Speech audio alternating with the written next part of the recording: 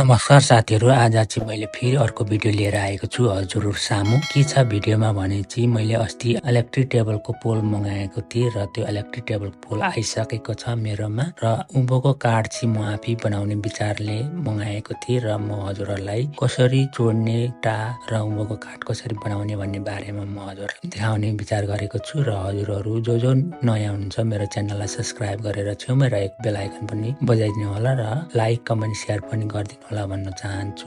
यति भन्दै म हजुरहरुलाई भिडियो स्टार्ट गरे है त। मैले यो टेबलको स्ट्यान्ड चाहिँ अफिस वर्कमा गएर हेरेको थिएँ, त्यहाँ धेरै महँगो थियो र मैले इबेबाट हेर्दै थिएँ कतिखेर अर्डर भएछ, आज आइपुग्दा मात्रै थाहा भयो। अब यसलाई चाहिँ म भिडियो बनाउने विचार गरेँ। खासै अर्डर गरेको चाहिँ होइन, इलेक्ट्रिक टेबल हो। कसैले 2-3 वटा अर्डर भएन, एउटा मात्रै भएछ धन्न। ल है साथीहरु, हजुरले पनि त्यसरी अर्डर गर्नु है, यहाँ अडिबहादुरले जस्तो। कति लगाइछन् काठबाट चाहिँ? 290 यो मात्रै डन्ठा मात्रै।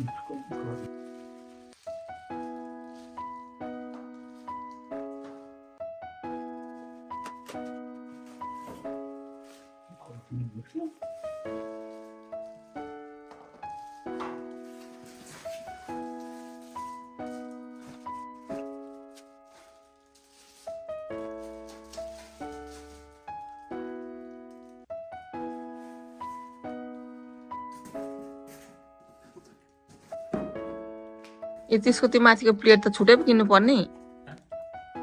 त्यसको माथिको प्लेट त छुटै पो किन्नु पर्ने।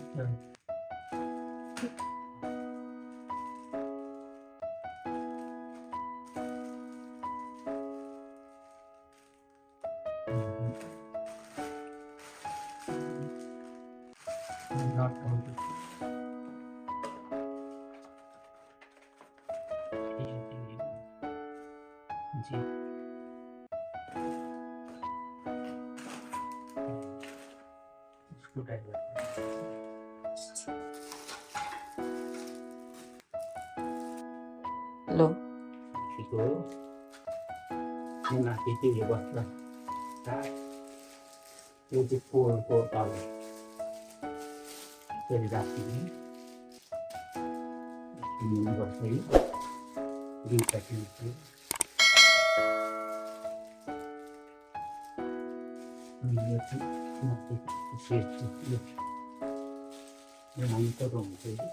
कति लामो बनाउने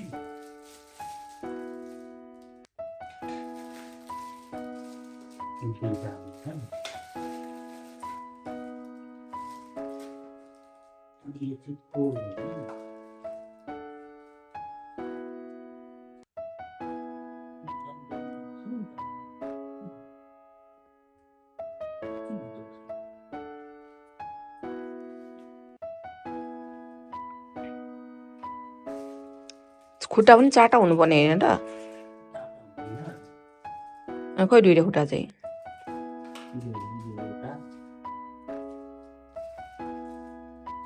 दुईटा खोइ दुईटा चाहिँ खोइ होइन। दुईटा हुन्छ, यो तल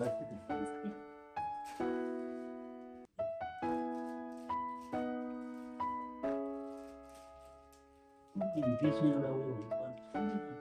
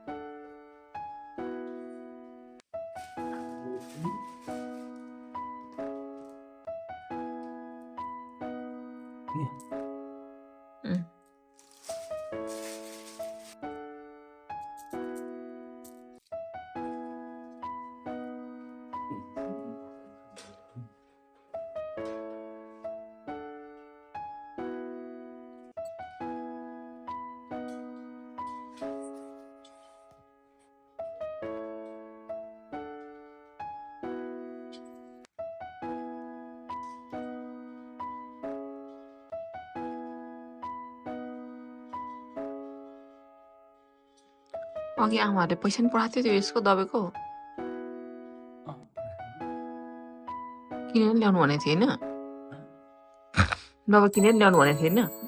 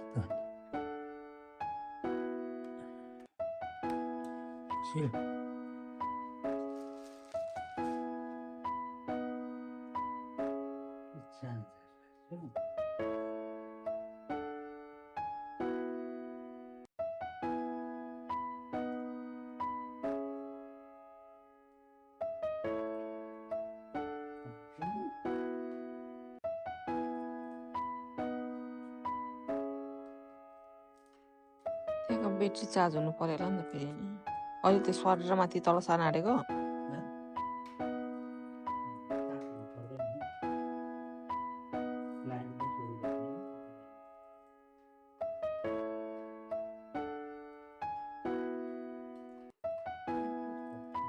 किन चाहिएको अन्त त्यो माथि अग्लो होचो बनाउनु